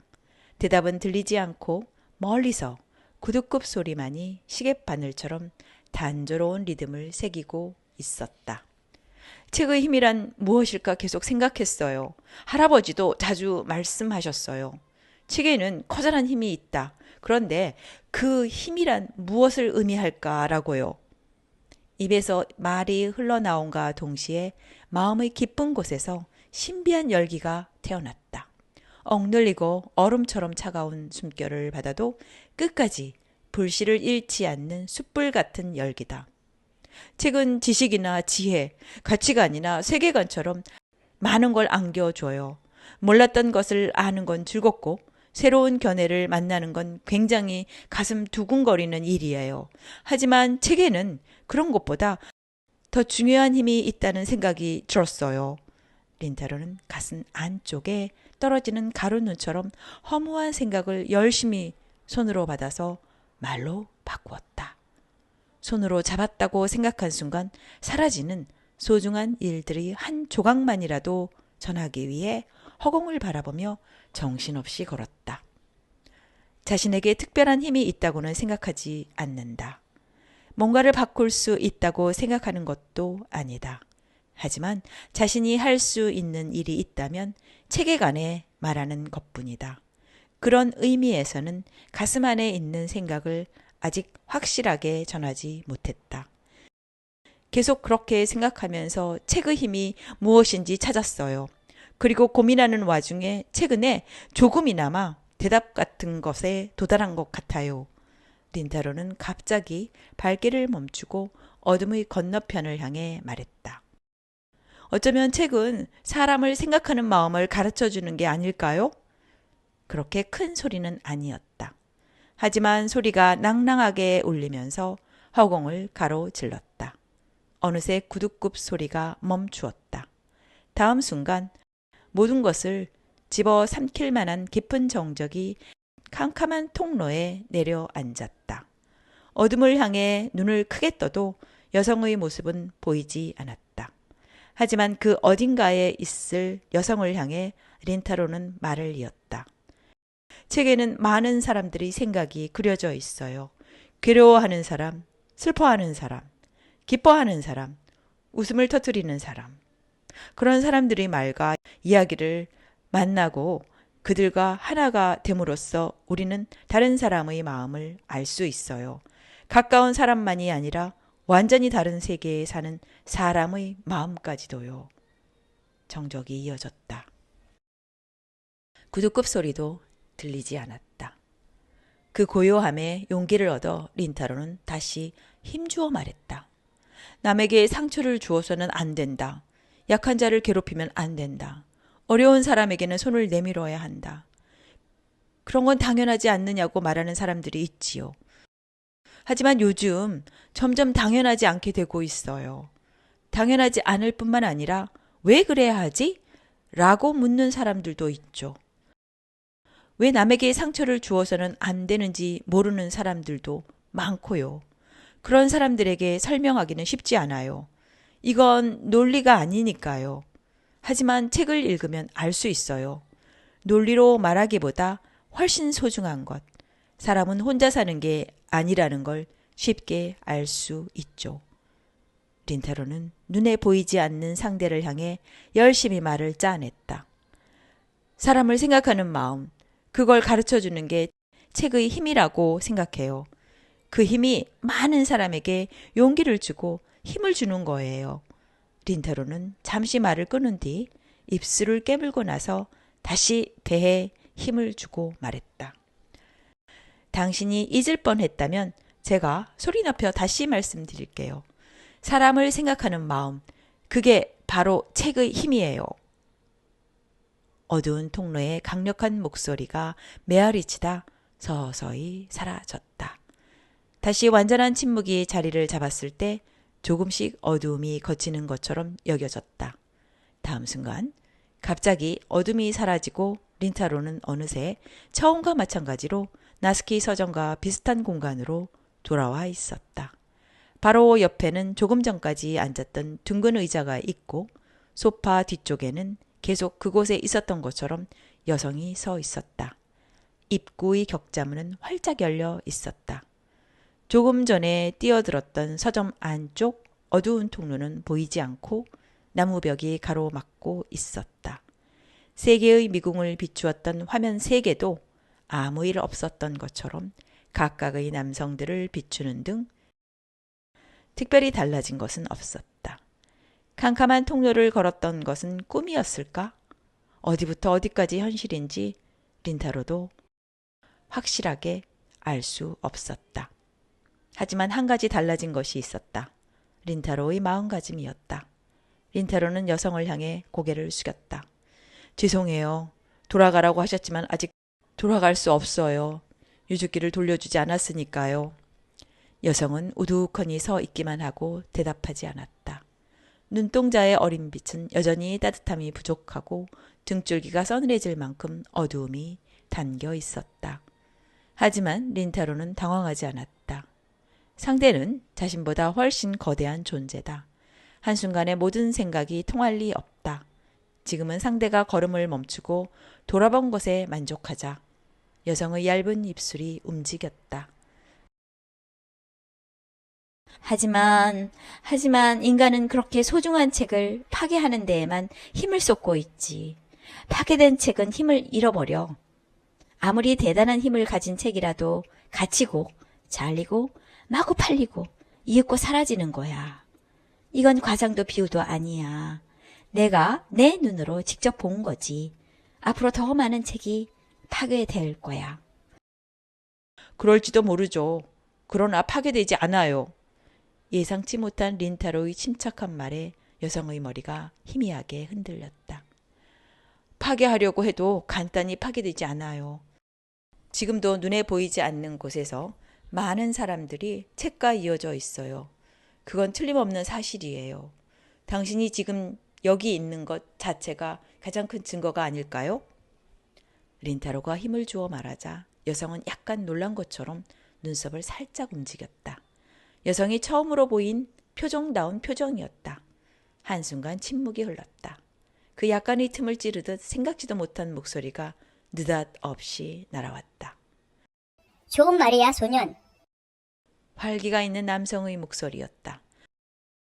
깜짝 놀라 주변을 둘러보았으나 여성 말고는 사람의 그림자가 보이지 않았다. 역시 내가 인정한 소년답군. 감탄했다.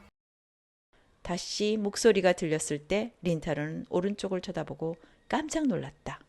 린타로를 향해 빙긋이 미소를 지은 사람은 놀랍게도 화면에 나왔던 첫 번째 미궁의 사내였다.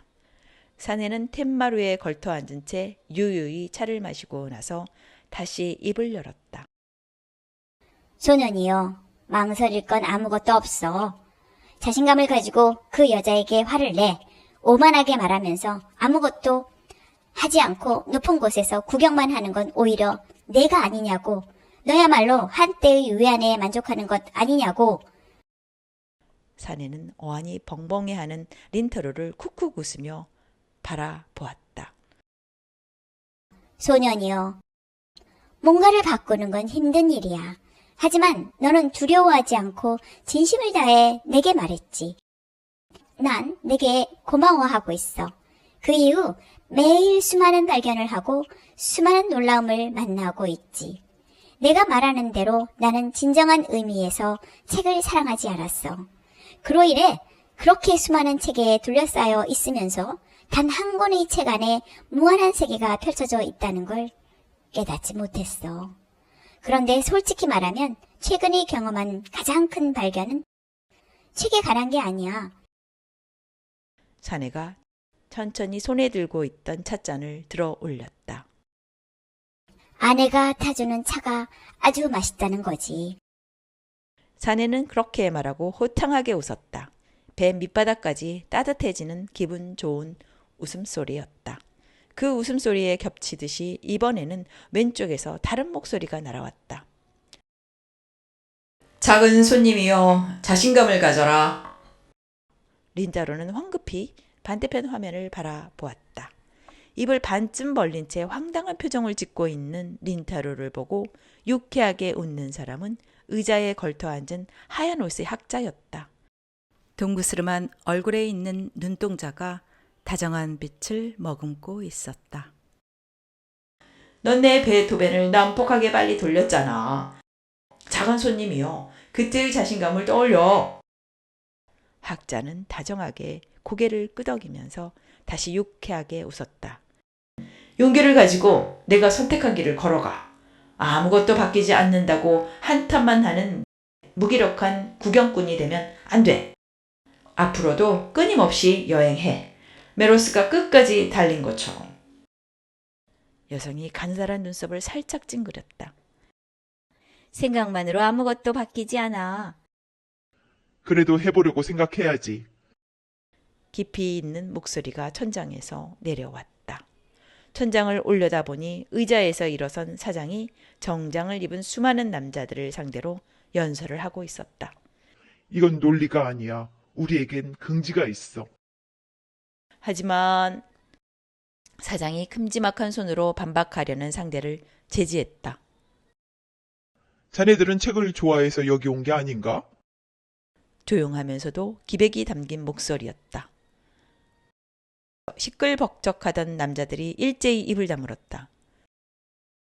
그렇다면 논리는 여기다 버리고 이상을 말하게. 그게 책을 만드는 우리의 특권이지.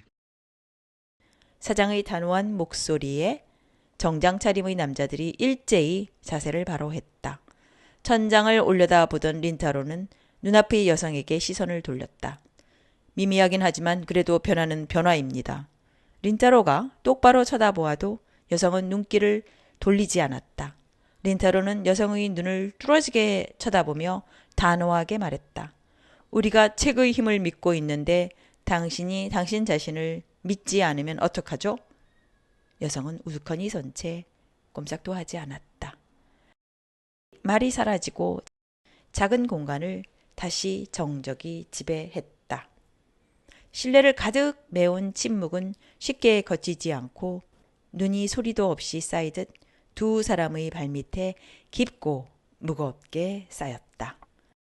장엄하기까지 한 고요함, 숨이 막힐 만큼 압박감을 동반한 정적, 이 마지막 미궁에 오고 나서 만난 가장 긴 정적이리라. 여성은 이윽고 천천히 눈을 감더니 중얼거리듯 말했다. 정말 싫어. 그리고 살며시 눈을 뜨고 린타로를 물끄러미 쳐다보았다. 가끔 이런 말을 하는 사람을 만나서 기대를 버릴 수 없다니까. 여전히 감정을 읽어내기 힘든 담담한 말투였다. 그럼에도 그곳에는 지금까지와 달리 희미한 감정이 담겨 있었다. 린타로가 흠칫 놀란 것은 여성의 눈동자에서 흔들리는 부드러운 빛을 보았기 때문이다. 그 빛은 한순간의 깜빡임에 불과해서 다음 순간에는 원래의 깊고 어두운 눈동자 안에 녹아들었지만 그래도 분명히 밝은 빛을 보았다. 사람을 생각하는 마음, 그런 마음은 싫지 않아. 여성은 혼잣말처럼 말하더니 뭔가 느낀 것처럼 뒤를 돌아보았다. 공간의 안쪽에서부터 새하얀 빛이 조금씩 차오르기 시작했다. 빛은 천천히 퍼지더니 어두컴컴했던 나스키 서점 안을 환하게 밝혔다. 그러자 쭉 늘어서 있는 커다란 책장과 화면까지 희미한 빛을 뿌리기 시작했다. 시간이 다 됐군. 네? 시간이 다 돼요? 여성은 차오르는 새하얀 빛을 바라보며 담담하게 말했다. 무모한 짓을 많이 해서 언제까지나 이렇게 있을 수 없어. 이번에는 돌아가. 계속 여기 있으면 정말로 돌아갈 수 없게 되니까. 갑작스럽긴 해도 틀림없이 작별 인사였다. 당황하는 린타로를 보며 여성은 조용히 말했다. 괜찮아. 여자친구라면 걱정 안 해도 돼. 그런 식으로 말하자 대꾸할 말이 없었다. 린타로가 크게 고개를 끄덕이는 사이에도 주변의 빛은 계속해서 강해졌다. 헤어져야 하는군요. 그래, 아주. 한순간 머뭇거리다 여성은 다시 덧붙였다. 즐거운 시간이었어. 저도 만나서 기뻤습니다. 정중히 고개를 숙이는 린타로를 보고 여성은 고개를 갸웃거렸다. 예의 바른 소년이군. 아니면 내가 모르는 현대의 조크인가? 아니요. 당신을 만난 덕분에 소중한 걸 또 하나 깨달을 수 있었어요. 그래서 감사하다는 말씀을 드리고 싶습니다. 이번에는 확실히 고개를 숙인 린타로를 여성은 침묵과 함께 잠시 지켜보았다. 멋진 작별 인사군. 여성은 자그맣게 중얼거리며 오른손을 들어 옆에 떠 있던 화면을 만졌다. 그러자 세 개의 화면이 사라지고 원래의 텅 빈 책장이 늘어선 무미건조한 광경으로 돌아갔다. 여성이 책장을 만지자 이번에는 푸른빛과 같이 잇따라 책이 나타나면서 보기 좋게 책장에 꽂혔다. 눈 깜짝할 사이에 양쪽 벽에는 중후한 장서가 빼곡히 들어섰다. 역시 여기는 이런 게 잘 어울리는군. 여성은 미소를 짓지 않고 그렇게 말했다. 그 엉뚱한 말과 행동이 여성 나름의 인사말이라는 것은 린타로도 알아차릴 수 있었다. 저도 이쪽이 훨씬 더 좋네요. 린타로가 웃으면서 대꾸하자 여성은 천천히 표정 없는 얼굴로 작지만 확실하게 고개를 끄덕였다. 주변의 빛이 점점 더 강해지면서 책장과 소파와 두 사람을 살포시 감쌌다. 린타로는 계속 우두커니 서 있을 수밖에 없었다. 새하얀 빛 속에서 여성의 핏기 없는 얇은 입술이 희미하게 움직이면서 무슨 말인가 중얼거렸지만 린타로의 귀에 닿지는 않았다. 여성은 아무 일도 없었던 것처럼 린타로에게 등을 돌리고 그대로 걸음을 내디뎠다. 아무런 미련도 없는 담백한 태도가 너무도 자연스럽고 잘 어울렸다. 린타로는 엉뚱한 것에 감탄하면서 멀어지는 여성의 등을 바라보았다. 고마워. 헤어질 때 여성은 분명히 그렇게 말했다. 린타로는 그렇게 확신하면서 주변을 감싸는 새하얀 빛에 몸을 맡겼다. 시간이 얼마 흘렀을까. 정신이 들자 린타로는 눈에 익은 나스키 서점 바닥에 무릎을 꿇고 앉아 있었다. 그 팔 안에는 편안한 표정으로 잠든 친구가 안겨 있었다. 그 자세로 살며시 서점 안쪽을 쳐다보자 투박한 나무 벽이 눈에 들어왔다. 입구로 시선을 돌리자 유달리 밝은 문 밖에는 가르눈이 춤을 추고 있었다. 유즈키, 살며시 이름을 부르자 사요는 즉시 눈부신 얼굴로 눈을 살짝 떴다. 나스키? 귀에 익은 목소리를 듣고 린타로는 크게 안도의 숨을 토해냈다. 사요는 잠시 린타로를 올려다 보더니 조심스럽게 입을 열었다. 괜찮아? 그건 내가 할 말 같은데? 쓴 웃음을 짓는 린타로를 보며 사요도 살며시 미소를 지었다. 매일 아침 연습을 하러 가기 전에 보여주던 매력적인 웃음이었다. 사요는 그대로 주변을 돌아보더니 린타로에게 시선을 돌리고 다시 고개를 끄덕였다. 나를 데리고 돌아온 것 같군. 그렇게 약속했으니까. 린타로는 사요의 손을 잡고 일어섰다. 그렇게 넓지 않은 나스키 서점 안에서 린타로와 사요는 정면으로 마주보았다. 살포시 눈에 쌓인 바깥에서 벽자문 너머로 부드러운 빛이 들어왔고 그 빛을 등에 진 사요의 모습은 평소보다 더 눈부시게 보였다. 이런 때에는 잘 돌아왔어 라고 말하면 될까? 린타로의 어색한 질문을 받고 사요는 가볍게 고개를 흔들었다. 아니, 당황하는 린타로를 바라보며 사요는 놀리듯 화려하게 웃었다. 메리 크리스마스 라고 해야지. 린타로에게는 인연이 없는 말이 들렸다. 하지만 아름다운 말이라고 순순히 감탄했다. 린타로도 웃는 얼굴로 사요의 말을 똑같이 따라했다. 사건의 끝. 의아리는 할아버지가 좋아하는 꽃이었다. 특히 깊고 짙은 감색 씨앗을 좋아해서 선명한 초여름 햇살을 받으며 활짝 핀 꽃잎을 바라보는 할아버지의 옆 얼굴을 린타로는 어제 일처럼 떠올릴 수 있었다. 차가운 직선 안에 부드러운 곡선이 섞인 모습은 클레마티스라는 세련된 이름보다 의아리라는 이름이 훨씬 더 잘 어울린단다.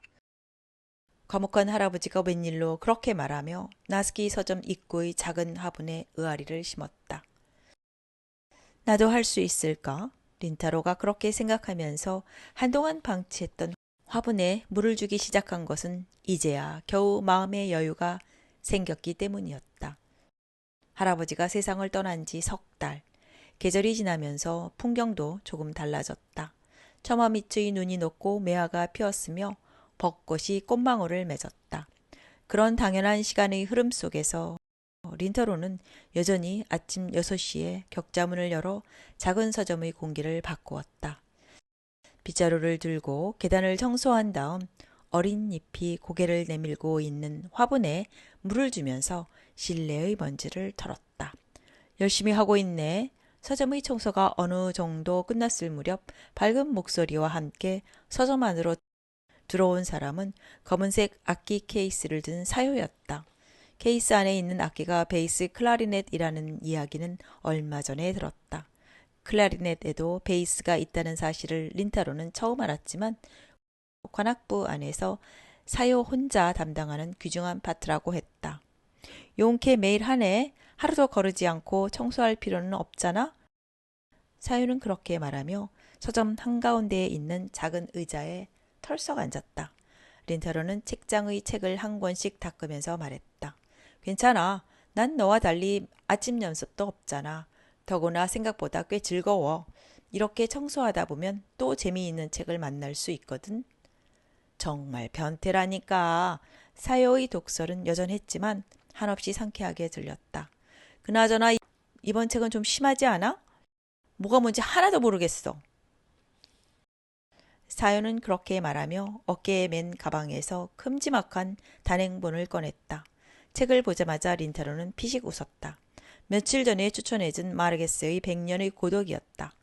처음에 오스틴부터 시작해 스탕달, 제드, 프로베르의 작품을 추천해준 것은 연애소설이라면 쉽게 읽을 수 있으리라는 린타로 나름의 배려였다.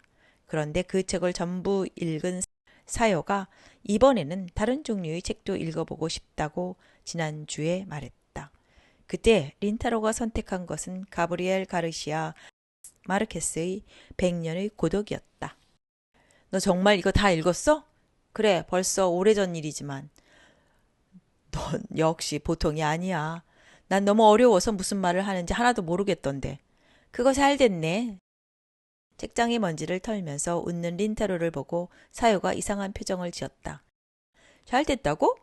책을 읽고 어렵게 느꼈다면 그건 내가 그동안 몰랐던 새로운 게 쓰여있기 때문이야. 어려운 책을 만났다면 그거야말로 좋은 기회지. 무슨 말이야? 사요가 곤욕스러운 표정을 지었다. 책이 쉽다는 건 내가 아는 게 쓰여 있다는 증거야. 어렵다는 건 새로운 게 쓰여 있다는 증거고. 사요는 희귀동물이라도 보는 듯한 눈으로 린타로를 보았다. 넌 역시 변태야. 너무 심하게 말하는 거 아니야? 하지만 나쁘지는 않아. 사요는 오른손을 이마에 올려 차양처럼 만들며 린타로를 바라보았다.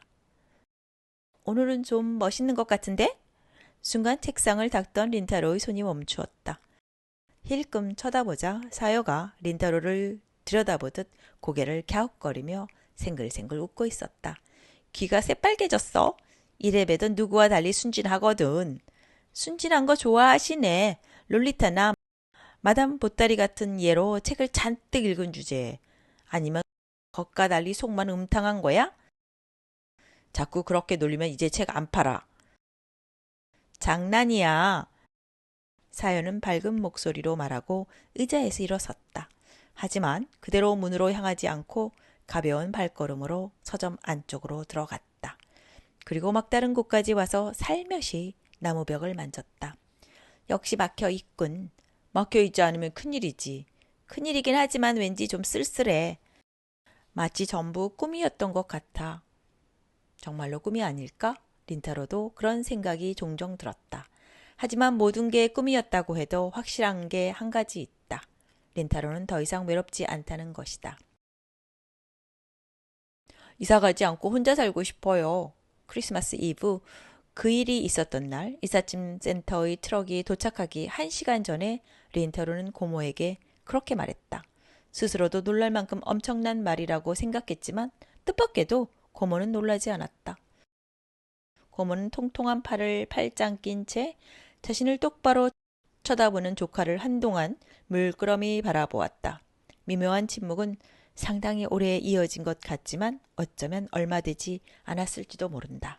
고모가 천천히 입을 열었다. 린짱, 역시 무슨 일 있었지? 린타로가 예상치 못한 질문이었다. 당황하는 린타로를 보고 고모는 혈색이 좋은 뺨에 희미한 미소를 띄었다. 뭐 상관없어. 아직 얘기도 제대로 안 해본 뚱뚱한 아줌마에게 소년의 비밀을 전부 털어놓으란 건 무리니까. 물론 린타로는 얼룩 고양이와 함께한 기묘한 모험에 대해 말할 수 없었다. 무엇보다 그 신비한 사건을 통해 자신의 무엇이 바뀌었는지 아직 확실히 깨달은 것도 아니다. 다만 뭐라도 상관없다. 조금이라도 자신의 발로 걸음을 내디뎌 보고 싶었다. 선택지가 없다는 말은 착각일 뿐만 아니라 변명에 불과했다는 걸 지금 린타로는 똑똑히 알고 있다. 선택하려고 하면 길은 사방팔방에 얼마든지 있다. 자신이 선택하느냐, 누군가에 의해 떠밀느냐, 그것뿐이다. 당신 자신을 믿지 않으면 어떡하죠? 미궁의 안쪽에서 린타로는 상대에게 그렇게 말했다. 그것은 동시에 자기 자신을 질타하는 목소리이기도 했다. 말은 힘이 되어서 린타로도 스스로 걸음을 내딛기로 결심했다. 입을 다물고 있는 린타로를 바라보며 고모는 부드럽게 말했다. 무리하는 건 아니지? 무리요? 그래, 고모처럼 낯선 사람과 같이 살기 싫어서 괜히 그렇게 말하는 거 아니냐고. 그건 아니에요. 정말이야? 정말이에요. 린타로는 짧고 강하게 대답했다. 다시 팔짱을 낀 채 잠시 생각에 잠겨있던 고모는 이내 고개를 크게 끄덕였다. 3가지 조건을 받아들이면 그렇게 해줄 수도 있어. 3가지 조건요? 그래. 첫째, 반드시 학교에 갈 것. 헉! 린타로는 가슴속으로 숨을 들이마셨다. 그동안 계속 학교에 안 갔다는 사실을 고모는 알고 있었다. 둘째, 일주일에 3번은 고모에게 전화할 것. 안부를 확인하기 위해서야. 그리고 셋째, 고모는 통통한 팔을 허리에 대고 몸을 앞으로 내밀었다. 힘들 때는 고집 부리지 말고 고모에게 의논할 것. 고등학생이 혼자 산다는 건 쉬운 일이 아니니까. 세심한 배려에 린타로는 가슴이 먹먹해졌다. 정말로 좋은 사람이라고 새삼 생각했다. 한마디 한마디에 퉁명스러운 조카에 대한 배려가 넘쳤다. 고모도 그때 나스키 서점에 있었다면 기묘한 얼룩 고양이나 책이 쌓여 있는 신비한 복도가 틀림없이 보였을 것이다. 하지만 일주일에 전화 3번은 좀 힘들어요. 힘들다고? 이사 당일에? 그것도 이삿짐 센터 트럭이 오기 1시간 전에 취소 전화를 하는 것과 어느 쪽이 더 힘들까? 전화 3번이 더 힘들 것 같으면 그냥 이사 갈래? 고모는 사람이 좋을 뿐만 아니라 머리도 좋았다. 린타로에게는 반론의 여지가 없었다. 그럼 그렇게 할게요. 고개를 숙인 린타로의 귀에 고모의 쓴 웃음이 섞인 중얼거림이 들렸다. 린타로, 할아버지를 쏙 빼닮았구나.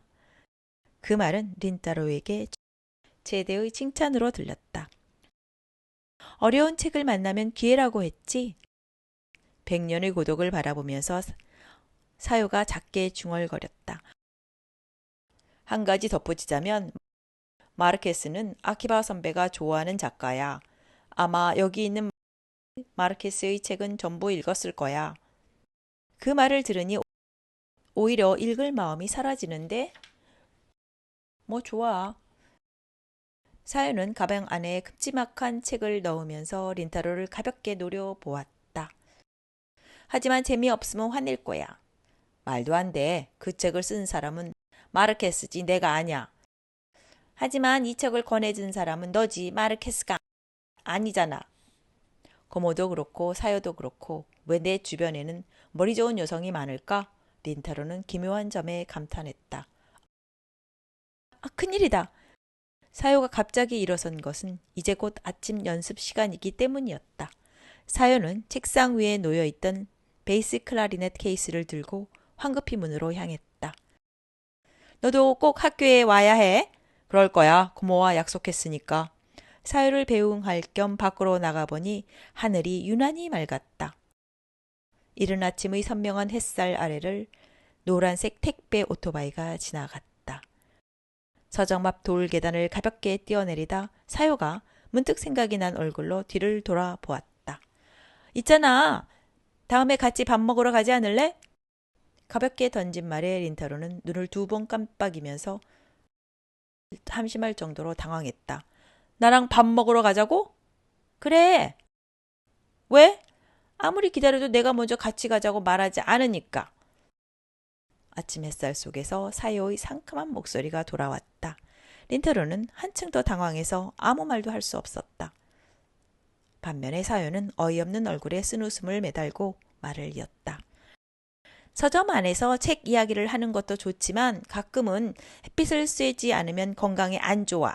천국에 간 할아버지께 또 걱정 끼칠 셈이야? 여자와 같이 밥 먹는다고 하면 할아버지가 더 걱정하실 거야. 평소의 린타로라면 적어도 이 정도 대답을 할 수 있겠지만 지금은 머릿속이 새하얘져서 아무 말도 떠오르지 않았다. 나라도 좋으면 이라는 평범하고 따분한 대답에 대해서 그 정도는 참지 뭐라는 상큼한 대답이 돌아오니 대꾸할 말이 없었다. 우물쭈물하는 린타로에게 사요는 최고의 매력적인 웃음을 내던지고 골목으로 뛰어갔다. 타닥타닥 기분 좋은 신발 소리를 들으며 린타로는 자기도 모르게 입을 열었다. 유스키? 조금 떨어진 곳에서 친구가 의아한 얼굴로 돌아보았다. 고마워. 조심스러운 목소리가 조용한 골목길에 확실하게 울려 퍼졌다. 강심장인 사요도 갑작스러운 직구를 받고 조금 놀란 모양이었다. 기지도 재치도 없는 그 말은 린타로의 솔직한 심정이었다. 자신을 걱정해서 몇 번이나 찾아온 친구에게 린타로는 고마운 마음을 어떻게 표현해야 할지 고민하고 또 고민했다. 그런 끝에 입에서 나온 말은 너무나 평범한 말이었지만 그래도 지금 린타로에게는 그 말이 최선이었다. 멍하니 서 있는 사유를 향해 린타로는 다시 한번 말했다. 정말 고마워. 모든 게 내 덕분이야. 오글거리게 왜 그래? 너도 얼굴이 빨개지는구나. 누가 빨개졌다고 그래? 그 말을 끝으로 사유는 몸을 돌리더니 골목 저편으로 뛰어갔다. 교복 차림의 경쾌한 뒷모습이 한없이 눈부신 봄 햇살 속으로 녹아들었다. 잠시 꼼짝도 하지 않고 사유의 뒷모습을 바라보던 린타로의 귀에 나지막한 목소리가 들렸다. 정신 똑바로 차려 이대. 깜짝 놀라 주변을 둘러보았지만 조용한 골목에서는 사람의 그림자가 보이지 않았다. 한순간 맞은편 담장을 훌쩍 뛰어넘는 얼룩고양이의 모습이 보인 것 같았지만 분명하지 않았다. 시선을 고정했을 때는 특별한 것이 없는 눈에 익은 일상적인 풍경이 펼쳐져 있었다. 린타로는 잠시 꼼짝도 하지 않고 우두커니 서 있다가 이윽고 작게 쓴웃음을 지었다. 나름대로 한번 해볼게. 가슴속으로 확실하게 말하고 나서 맑은 하늘을 올려다 보았다. 서점 청소가 끝나면 아삼티를 마시면서 잠시 책을 읽는다. 시간이 되면 문단속을 한 뒤 가방을 들고 학교에 간다. 학교에서는 시시한 일들만 일어나지만 어쨌든 무단결석으로 총명한 반장을 화나게 하는 일만은 피하려고 노력하고 있다. 문제는 산더미처럼 쌓여 있고 무엇 하나 해결되지 않았다. 그래도 스스로 선택한 소박한 일상을 자신의 발로 걸어가는 것이 지금 린타로에게 주어진 임무다. 린타로는 격자문을 열어놓은 채 서점 안으로 들어가 익숙한 손놀림으로 책상 위의 티세트를 꺼냈다. 전기포트에 물을 끓인 뒤 오랫동안 사용한 할아버지의 티포트에 물을 따랐다. 그러는 사이에 골목을 뛰어가는 동네 초등학생들의 시끌벅적한 웃음소리가 들려왔다. 사람의 기척이 늘고 새로운 하루가 움직이기 시작했다. 기분 좋은 향기가 피어오르는 가운데 린타로는 조용히 책을 펼쳤다. 부드러운 바람이 흐르면서 문의 도어벨에서 맑은 소리가 울려 퍼졌다.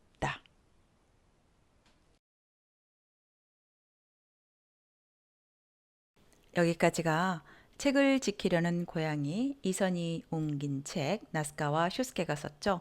전체를 읽어드렸어요. 주로 청소년을 위한 책이에요. 책의 소중함과 왜 책을 읽어야 하는지 그런 것들을 이야기했는데요. 저는 재밌다고 읽었는데 여러분은 어떻게 느끼셨는지 모르겠네요. 우리 젊은 10대 청소년들이 책을 많이 읽었으면 해요. 감사합니다.